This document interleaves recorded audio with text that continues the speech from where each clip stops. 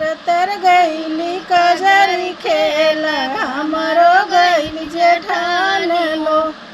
कजरी खेल के घर के लवटली ससुर देवड़िए के ठाड़लो।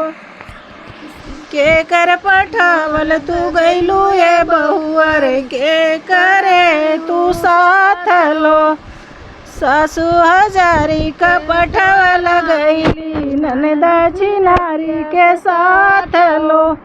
बरतर गईली कजरी खेल हमरो गईल जेठान लो। कजरी खेल के घर के लवटली भसुरु देवड़िए के ठाड़लो। के कर पटावल तू गईलू ए भायो के करे तू साथ लो।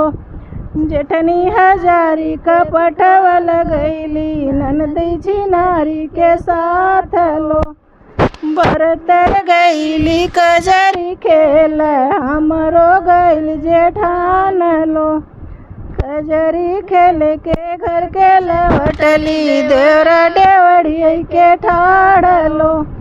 के कर पठावल तू गईलू ये भाभी के करे तू साथ लो।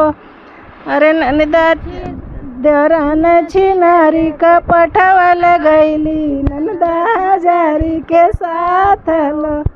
अरे बरतर गईली कजरी खेल हमरो गईल जेठान लो।